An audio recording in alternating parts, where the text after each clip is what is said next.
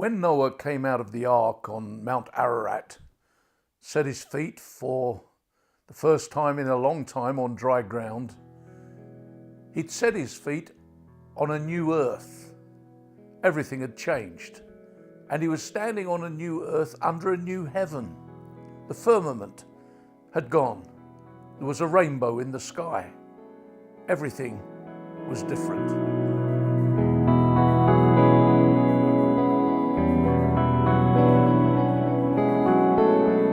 The Bible tells us that the first thing he did, or it could mean he was the first man to do that thing, was that he planted a vineyard.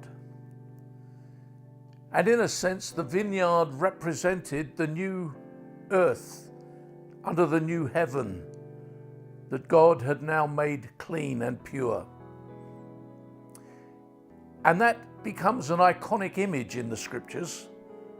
The vineyard, it represents Israel in Canaan land.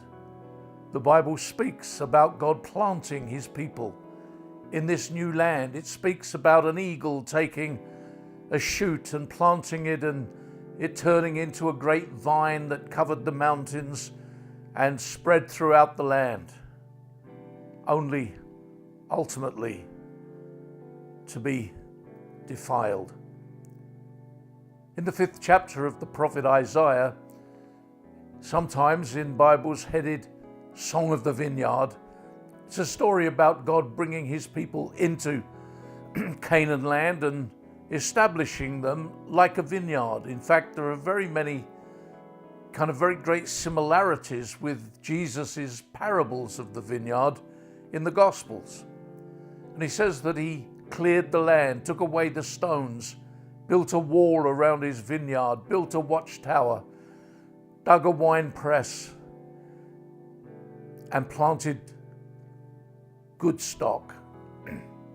But when harvest time came, he found only sour and bitter grapes, and was disappointed, and the wall was broken down, and the crops was eaten by wild beasts. It's a sad story, but a continuous one repeating itself through the New Testament. There's one great picture of hope, strangely, in the Song of Songs, the Song of Solomon, where we find the bride first introducing herself as somebody who had neglected her own vineyard. In chapter 1, that's what we know about her. But when we get to chapter 8, the climax of the book, she's able to say, but my own vineyard is mine to give. She has money to pay the workers. She has an offering to bring to Solomon. She's gone from failure to success. She's gone from fruitlessness to fruitfulness. There's been a great transformation. And that, in many ways, is a picture of the hope that lies out for the church. For when Jesus came into the world, he didn't just use the vineyard as a picture. He said this of himself: I am the vine, and you are the branches. And the church has become part of this great vineyard that God has destined shall fill the earth. It's a vineyard like Joseph, who was spoken of in the Old Testament in this way. It says, Joseph is a fruitful vine whose branches go over the wall, unrestrained, unrestricted, unhindered by barriers. He goes forth, taking his branches, taking his vineyard to the ends of the earth, just as Jesus is doing in our day and generation. This vineyard, like the garden of the Lord, is going to fill the earth.